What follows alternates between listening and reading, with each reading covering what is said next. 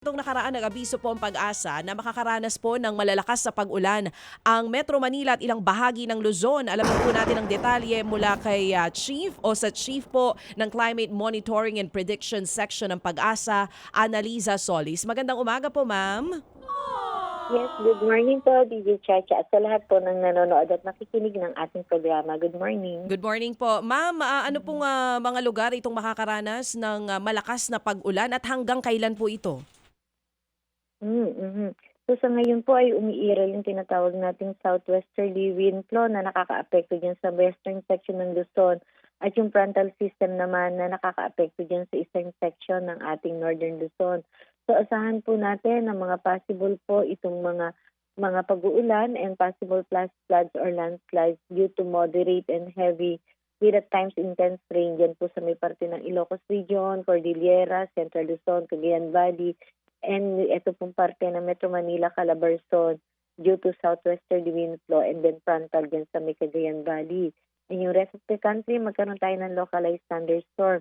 So dito, Miss Chacha, ay itong mga lugar na ito, ito na rin yung mga hudyat na kung saan kung maaapektuhan siya ng tinatawag na southwesterly wind flow and eventually habagat, ito po yung magti-trigger ng ating tag-ulan. Opo. Ito po bang binabanggit ninyo, tama po ba tatagal ang pag-ulan hanggang sa June 1? Yes po, tama po kayo na ito yung possible po na posible tayo makapagdeklara ng onset ng tag-ulan. So minomonitor din po natin yung iba't ibang lugar dito sa western section ng Luzon kasama ang Panay Island na kung saan ito yung magbibigay ng pahiwatig na tag-ulan na talaga. Pahiwatig. Ma'am Annalisa, kasi po merong advisory ang Pag-asa no na ito pong paparating na mga araw ngayon makakaranas po ng heavy downpour ang Metro Manila at ilang parte ng Luzon. So will this happen this coming week?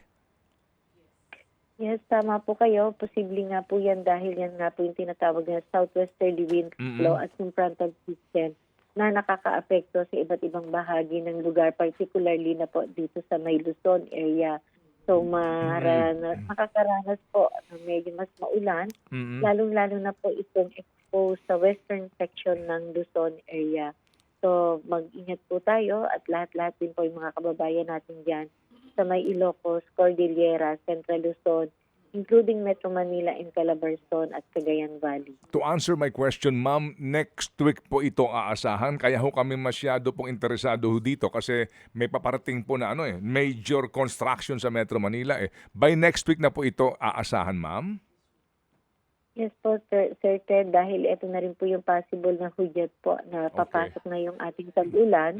So, ibig sabihin po, sakaling magkaroon tayo ng mga pag-uulan sa mga susunod na araw, kasama ang Metro Manila at Calabarzon area, ay kung maghudyat po tayo ng panahon ng tag-ulan, so maalamang ay hindi lang po next week yung possible na tag-ulan at posibleng mararanasan na po natin. Yes, ma'am. Hindi po halos araw-araw. Pero may monsoon break naman din po tayong tinatawag. Okay, halos araw-araw. Ma'am, kailan po ang simula ng habagat sa inyong prediction, ma'am? Siguro po araw na lang po ang binibilang natin, Sir Ted, at formal na po na darating ang habagat. Hudyat na rin po ng pagdating ng ating tag-ulan. Ayan, sige po. So kami po'y tatawag sa inyo ulit para po natin malaman nga ito pong mga magiging lagay ng panahon lalo pat napakaraming mga pagawain ang gobyerno sa mga panahong ito. Salamat po, Ma'am Annalisa. Good morning. Opo, thank you. Ayan si Ma'am Annalisa Solis, ang Chief ng Climate Monitoring and Prediction Section ng DOST Pag-asa. Thank you.